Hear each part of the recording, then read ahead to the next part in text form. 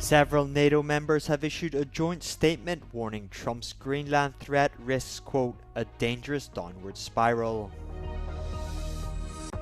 Volodymyr Zelensky says Russia's taking aim at Ukraine's nuclear power systems in an attempt to deliberately harm civilians and freeze Kyiv into submission. The UK, Denmark, Finland, France, the Netherlands, Norway and Sweden have issued a joint statement saying Trump's Greenland threat risks, quote, a dangerous downward spiral and undermines transatlantic relations.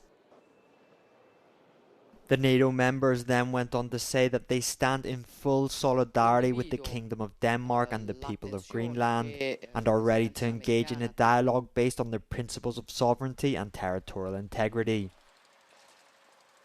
On Sunday, Spanish Prime Minister Pedro Sanchez said in an interview a US invasion of Greenland would make Putin, quote, the happiest man on earth. He explained that any military action by the US against Denmark would damage NATO and legitimize the invasion of Ukraine by Russia. European leaders have pledged a united response after US President Donald Trump threatened fresh tariffs until Denmark agrees to sell Greenland. Ukraine's President Volodymyr Zelensky says Russia's readying itself to carry out strikes against the country's nuclear power plants in an attempt to freeze Kyiv into submission. Zelensky slammed Moscow for its continued attacks, accusing them of showing no willingness to end the war and deliberately dragging on diplomatic processes. Kyiv says more than 200 drones were fired across Ukraine, targeting Kharkiv, Dnipro, Zaporizhia, Odessa and other regions, killing 2 people and injuring dozens, including 1 child.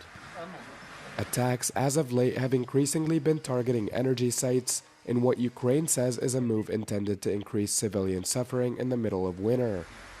The repeated strikes caused thousands of homes to lose access to gas and electricity, prompting constant emergency repair and maintenance works. The attacks, according to Kyiv, have also escalated in severity, with this week alone seeing more than 1,300 drones, 1,000 guided aerial bombs, and over 24 missiles, including ballistics, being fired across the border. The Ukrainian president called on allies to boost support to his embattled country and ramp up pressure on Russia to force him to the negotiating table. German Chancellor Friedrich Merz is set to host Syria's interim president Ahmed al-Shara in Berlin. The visit has riled many people, including Ali Ertan Toprak, the federal chairman of the Kurdish community, who views al-Shara as a dictator and would rather see him in handcuffs than international receptions. Innerhalb von Syrien sind jetzt wieder 150.000 kurdische Zivilisten auf der Flucht. An unterschiedlichen Minderheitsgruppen gab es seit der Machtübernahme Massaker. Die sind alle dokumentiert von unterschiedlichen Menschenrechtsvereinen und Gruppen. Al-Shara möchte dort eine sunnitisch-islamistische Herrschaft errichten. Al-Shara, who was previously affiliated with the Al-Qaeda terror group, has been in power in Syria for just over a year. Since then, Kurds have reported oppression and expulsion. Around 2.5 million of them live in Syria. Other minorities such as Alawites, Christians, and Yazidis also speak of similar violence. Überall sind dschihadistische Gruppen unterwegs, die diese Menschen abschlachten, umbringen und das auch noch offen zelebrieren, das offen feiern.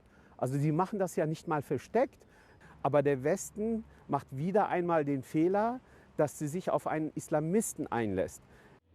To make his voice heard, Toprak wants to demonstrate against the visit with around 10,000 like-minded people. So far, the German government has not commented on his accusations. Für Friedrich Merz geht es bei dem Treffen um etwas anderes, um die Rückführung syrischer Flüchtlinge. Aus seiner CDU hat er dafür relativ viel Unterstützung, doch beim Koalitionspartner der SPD sieht das anders aus. Der nächste Regierungsstreit scheint vorprogrammiert. Laura Fleischmann aus Berlin für euronews.